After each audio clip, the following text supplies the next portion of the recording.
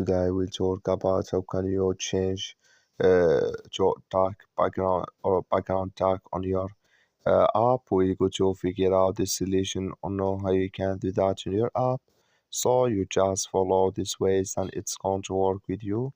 All you have to do in first you just go here above this sign, click on it. So then it's going to show for you a list like this. Then all you have to do next, you just click here on settings here. So then you come to next step, it's going to show for you like this. Then you go down here, you come here to background, then you click on black. So then here it's automatically it's going to change with you here to black on your app. So that's all you have to do. That's all. I wish you a great. That's all. So thank you for your watching. Don't forget to support us by like and subscribe. So you just follow these ways, then it's going to work with you.